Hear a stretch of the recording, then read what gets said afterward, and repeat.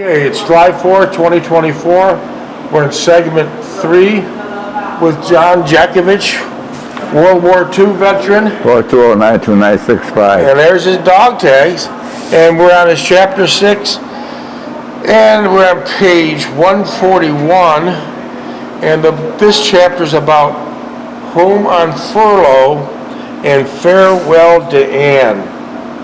Just then, Miss Mahaney, that's Anne's mother, returned from work, and we heard her say good night to her driving companion. She greeted me warmly with much affection. I felt that she was sincere, and I believe Anne, now when she said her mother liked me very much, I believed it. During supper, we talked about the war, my family, my possibilities of going overseas. With all the uncertainty we would be finally done with, we all could revert back to a normal life. My normal life sent a shiver down my back. I did not want this part of my life to the end. I wanted to go on forever. Anne then said that she was going to school presently, and we had a better clear away the supper dishes. Her mother helped, as it was then. She asked me to stay here for the remainder of my furlough. I felt embarrassed, which was the usual case for me when someone on a rare occasion would do something kind and sincere for me. I hesitantly said that I would be privileged to stay here providing it would be no great imposition. She said that was nonsense and hugged me graciously. All the while Anne was enjoying my embarrassment, smiling as she watched the seriousness expressions on my face as her mother talked to me. We arrived at the university and located the library for me and stated that she would see me at the class change. In about an hour, I settled down with an encyclopedia on Europe and its history. Encyclopedias were a big thing back then, right? Oh yeah, I had a whole set of encyclopedias. What happened? They were hardcover too. Where are they? They're all red. Where'd they go? Who knows?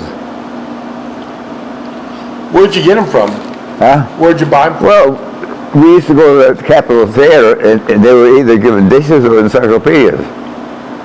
Wow. I had a whole set. Wow. Encyclopedia Britannica. Wow. That was a good set. The library was devoid of any young male students my age, but there were a larger number of older students in late 30s. There were also a large influx of female students of all ages. Several freshmen came by my desk, and as I was reading, and scrutinized me as if they had never seen a soldier before. Who was that? When you were at the library at the university waiting for Anne, you were in your uniform, and a lot of people would come by and look at you, younger ones, like they'd never seen a soldier before. Yeah. Do you remember that? Yeah. Was it kind of awkward? Huh? Was it kind of awkward that people were staring at you? Well, I was out there because it was civilian clothes and I had a uniform on. Yeah. I mean, they thought I was able. Yeah.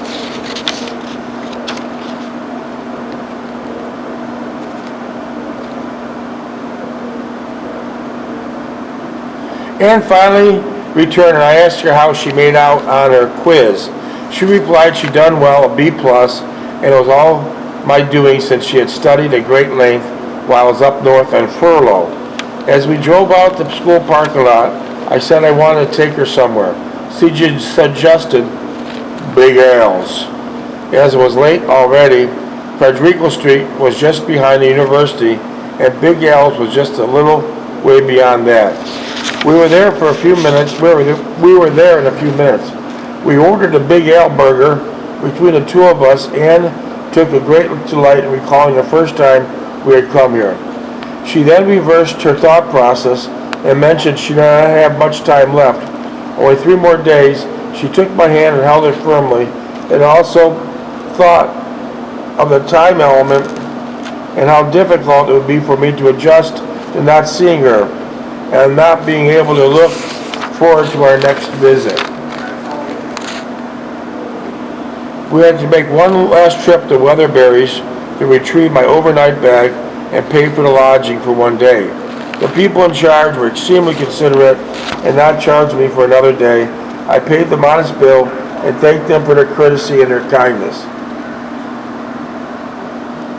We made the trip back to Ann's house, and once again I'd be feeling the pains of trepidations of self-consciousness. I had never encountered a situation like this, and it made me very uncomfortable and tense. Anne realized my dilemma and attempted to make me feel as comfortable and wanted as possible. As it was late, Miss Mahaney was already retired, which made it a little easier, tolerable, and less self-serving, at least in my way of thinking. Anne locked the downstairs, and we climbed the stairs to our respective bedrooms. Anne was my as was my manner. I was under great stress and tension. I would say something frivolous to ease my frustration. And this was one of these occasions. I quickly, almost in a whisper, stated that I would feel much better if I could sleep with you in the room. Anne turned to me and put her finger to her lips, telling me to be silent as we would waken her mother, whose room we had just passed. She took my hand and directed me into her room, where she silently closed the door. She then reached into one of the drawers of the chest and pulled out a rectangular-shaped box wrapped in paper. She handed it to me and said it was for me and told me to open it. By this time, I was completely flustered and no one ever gave me a gift outside of my mother.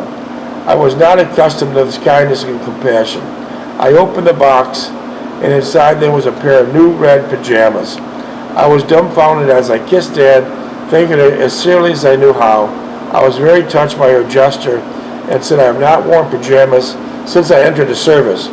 She then told me that the bathroom was on the top of the stairs, and I wished I could get ready for bed, and she would be in shortly. Having brushed my teeth and washed up, I put on my new acquired pajamas, and they fit perfectly. Just then, Anne opened the door and walked into the room. She looked stunning and exciting in her short, white silk nightgown and high-heeled slippers. I stood there and observed all of her wonderful features displayed in her skimpy nightgown.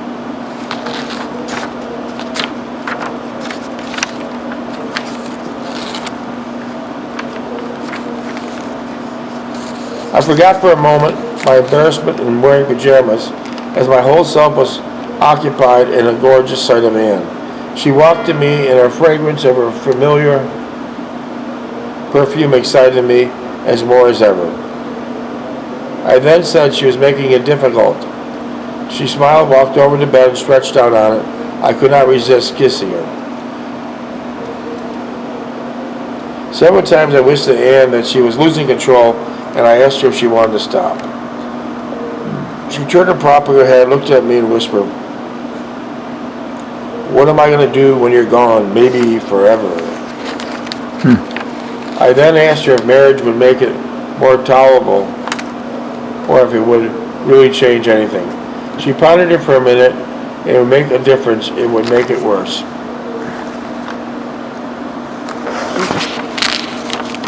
I agreed with her, thinking of what lay ahead of me, for me, in the next few months or perhaps years. I told her that I was very lucky I had someone to write to and would be getting mail regularly from someone I cared very much for. She said that she would write often and asked me to keep in touch as I moved about.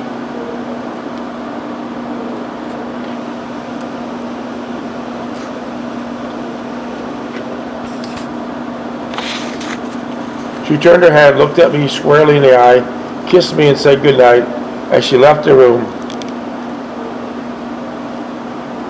The next morning I was awakened by the aroma of bacon frying. I had slept soundly even though I was in a strange room. I looked at the clock on the table. It was 0900 hours. What was it? 9 a.m. I had never slept that late in a long time. I quickly washed and dressed and went downstairs.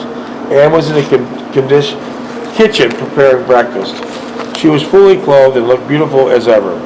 I went to her, kissed her on the cheek, and said, "Good morning."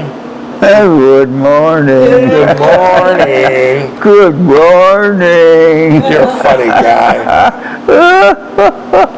You're a funny guy. Good morning. I'm glad Ann's not alive to hear that. Huh? I'm glad Ann's not alive to hear that. What? Good morning. Yeah, good morning. I'm glad she's not alive to hear that.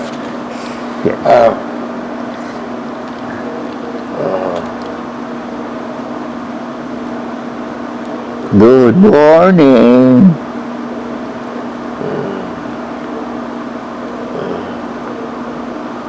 Let me try to find it.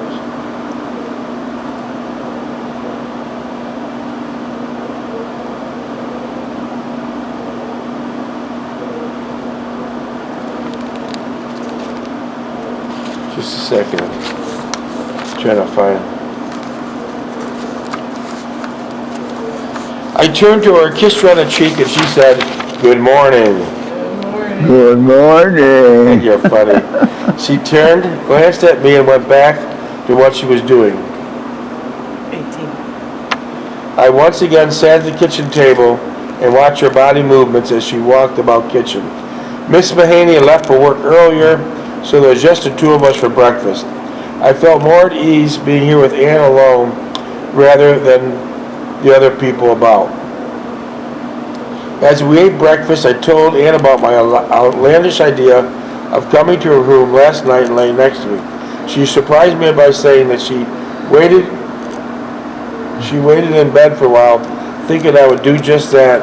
Instead, I was a sleepyhead and enjoyed my sleep more than her company. Huh? She said you were a sleepyhead. After breakfast, I asked Anne if there's anything I could do around the house to try to repay her mother and her full of the kindness they had shown me. She said she was thinking there was nothing. She did not think of it at all in that light. They were kind and considerate because they wanted to be, and they cared for me very much. It was moved by her sincerity and candor that there was no way I could do anything contrary to their well-being.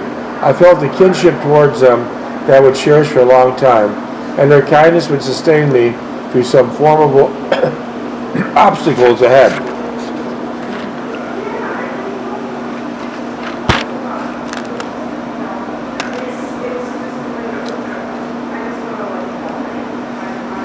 Anne said she had several errands to perform and I could relax or go with her.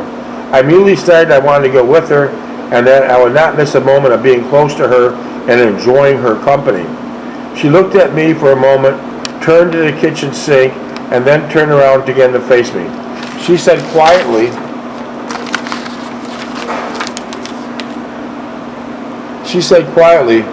"Why can't this last forever? What we have together, why must it end like this, by you leaving and probably never to return?"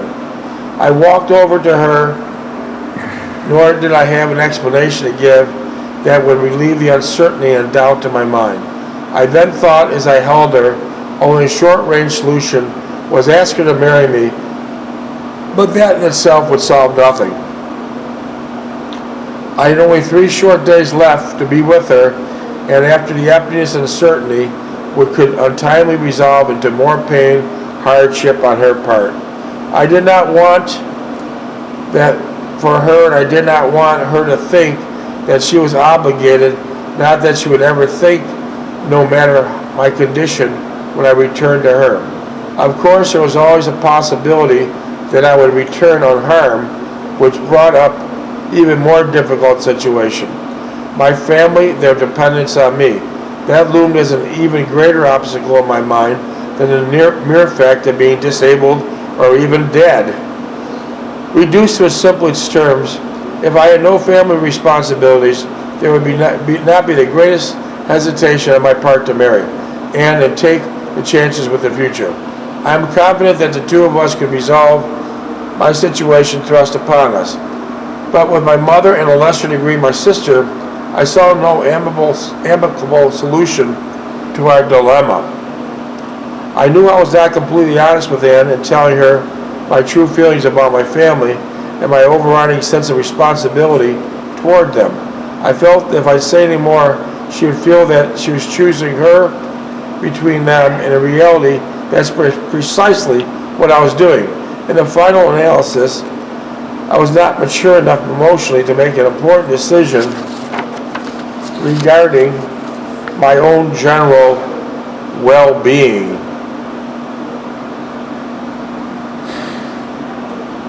I felt that I was being disingenuous and untruthful in abandoning her for some absurd abstraction family, which in the end would not serve my best interest.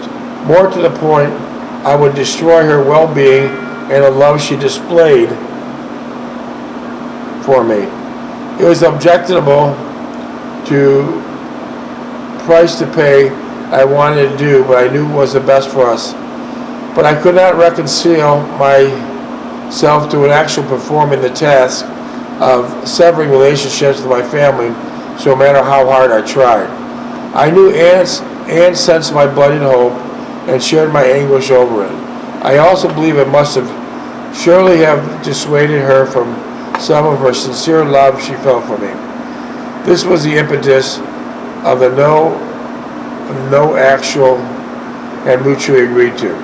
For we had been romantic lovers with no sense of mature love, we would have enjoyed with each other the sheer enjoyment and achievement of it. I'm not suggesting that Ann was capable of or even would permit casual affairs, but in the same situation involving our love consumed us even more. But then we held in check as the last battalion of integrity and virtue. We made several stops to the grocery stores, bakeries, and open-air markets. I insisted on paying on the groceries and the market supplies, as I was enjoying their hospitality and reluctantly agreed. I was delighted shopping with her, and I thought we'd make an ideal couple, devoted to one another, respecting each other's wishes. Ann was enjoying herself, and I felt good about that. I relieved some of the guilt that I was suddenly experiencing. We drove back home and unloaded the shopping results on the kitchen table. As Ann deposited various articles in the respective locations in the kitchen, I once again took great delight in watching her move about. I thought how foolish I was to give all this up for what whim I acquired and could not eradicate from my conscious self. Many times during the next several years, I would look back at the fateful period and think of a horrendous mistake I had made in not choosing my life with Ann. Minutes? Right.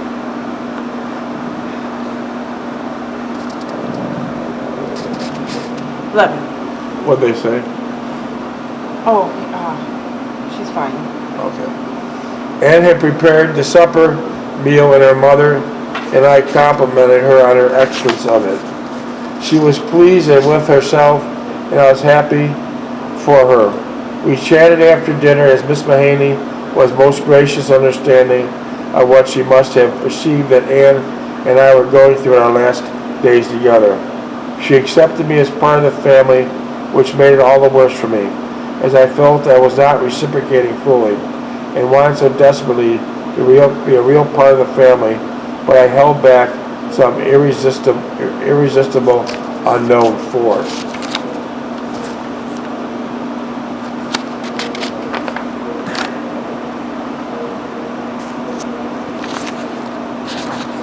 After Ann and I cleared the dinner dishes and set the kitchen back to normal, we retired to the living room, where Miss Mahaney began showing numerous pictures of the family and various stages of development. Ann was rather a straggly-looking teenager, but eventually she blossomed into a thing of sheer beauty. I finally completed completely at ease in their company and wondered once again why I could not cross the narrow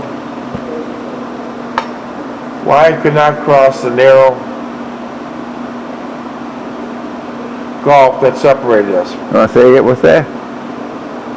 Anne was a rather straggly-looking teenager, but eventually she blossomed into one thing of sheer beauty. I felt completely at ease in their company and wondered once again why I could not cross the narrow gulf that separated us. I was bothered by the thoughts all night as we sat and talked to each other's company. Finally, as I could not endure my frustration any longer, as Miss Mahoney stated that she was ready to retire, I asked Anne if we could go outside and walk a bit. As we walked, Anne asked me quietly what was wrong, and I seemed upset.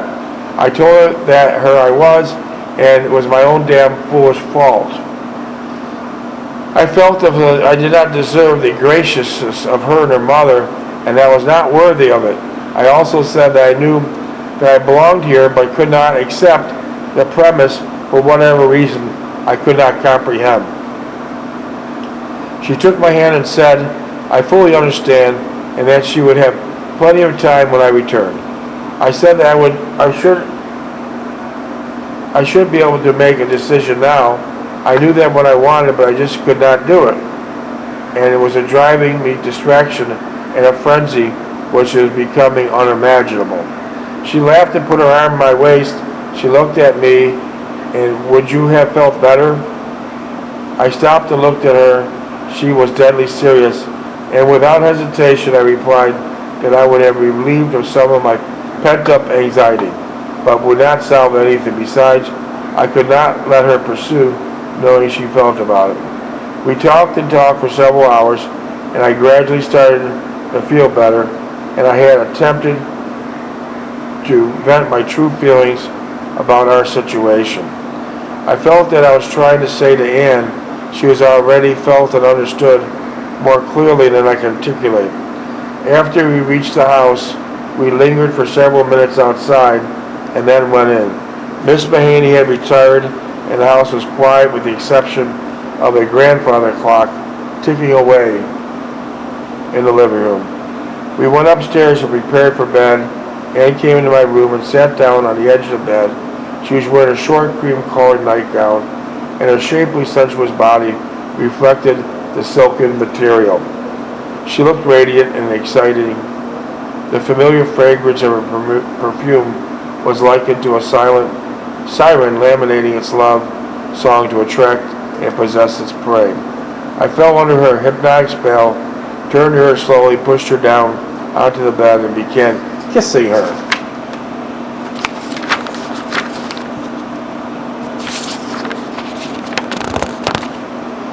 She did not resist, but also consumed by the rapture and ecstasy of the moment.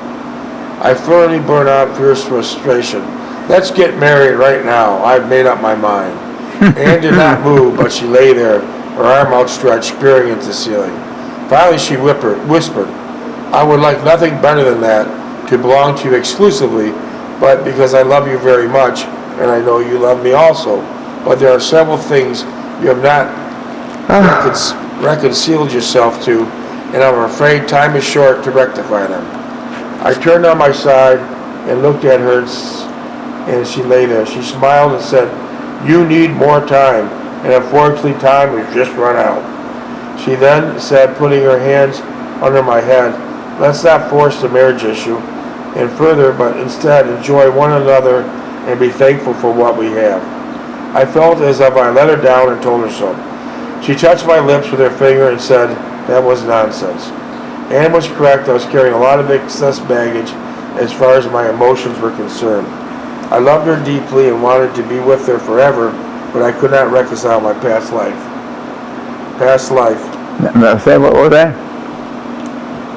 Anne was correct. I was carrying a lot of excess baggage, and as far as my emotions were concerned, I loved her deeply and wanted to be with her forever, but I could not reconcile my past life with my newfound life. Your newfound life, huh? All I could visualize was the heartbreak and agony and I would put her through this is the beginning part of my past life. The only alternative was to sever my life completely and no looking back. This I could not do, no matter how hard I tried. How hard I tried.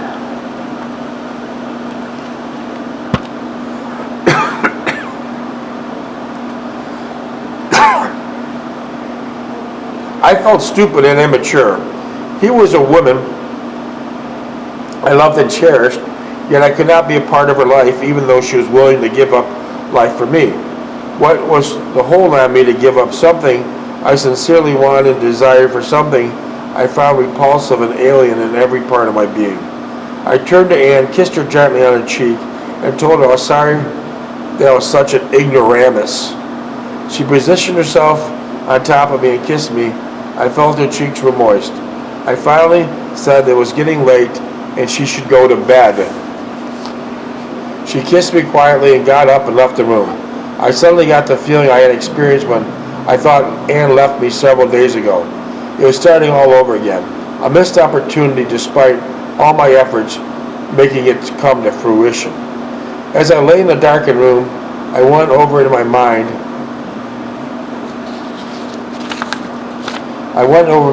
how I managed to lose something so dear to me at the last moment. How I had affinity for losing grasp of it when it also seemed within my reach. And then suddenly it would get away from me. This was exactly what happened with Anne. I had come out a loser again. Sleep would not come to me, and I was too excited at my shortcomings and inadequacies. And then before I knew what I was doing, I found myself at the side of Anne's bed, looking down at her. I lay down beside her on top of the bed covers, pressed my body close to her and whispered that I was sorry for everything.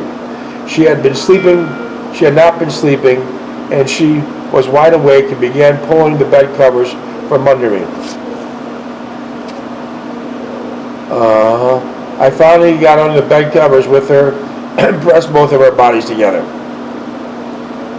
It was a precise moment that Anne whispered, I must tell you that I have just completed my period. Oh boy, oh boy. What did you do? What did you do? Just complete your period? I'm just Did I saying. hear that? No, here's what you wrote. It was the precise moment that Anne whispered to me, uh-oh, I must tell you that I've just completed my period, and this was a time I was most susceptible at pregnancy. She said that to you? Not to me, to you. You wrote it. I don't know her. You were with her.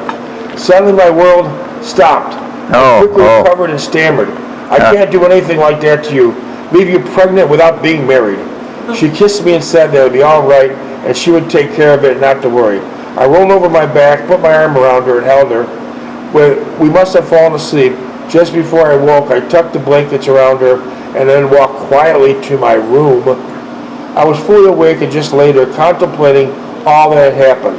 An hour or so later, I heard Miss Mahaney moving about in her room and then went downstairs in the kitchen.